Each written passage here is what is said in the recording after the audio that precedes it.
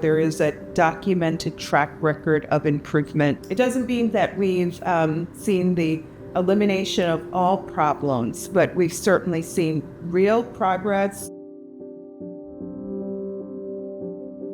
My lived experience as a woman, as a Black woman, is something that I think about. I've worked to really carry out my role with empathy for those who are suffering, those who experience discrimination, hatred, and bias. I was sworn into my role on the 1-year anniversary of the death of George Floyd. And it has been not lost on me that we have work to do to advance the cause of justice. We have prosecuted officers tied to the tragic deaths of George Floyd, Breonna Taylor, Tyree Nichols, and others. We've also carried out investigations into police departments, from Louisville to Minneapolis, Phoenix, and other places.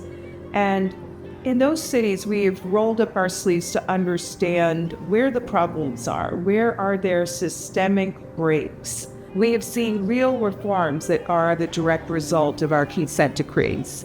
We've seen drops in the use of unlawful force, all the while we're seeing drops in crime.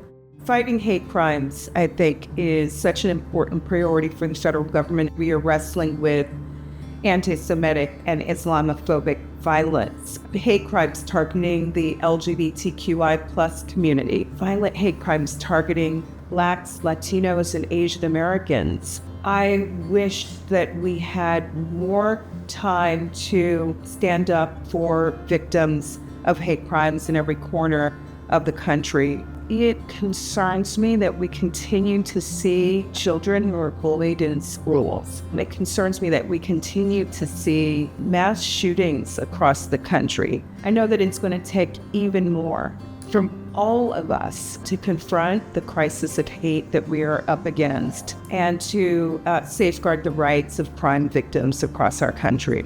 During my time in this role, I have sadly seen employees who sometimes are unfairly targeted. And what I do know is that the career employees of the Justice Department are the backbone of this storied institution who carry out their work every day without regard to politics, without regard to elections. I want to see the temperature turn down as I think about federal employees who are sometimes unfairly and unnecessarily targeted.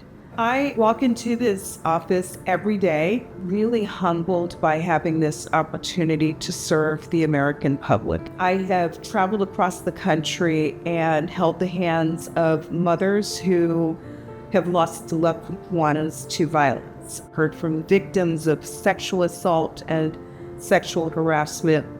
I have stood next to people who want a better quality of life and face discrimination because of their disability status or because of their religion. These are the kind of stories that keep you up at night, but also inspire you to come into work every day to do the very best that you can, to use the law in ways to stand up for our nation's most vulnerable.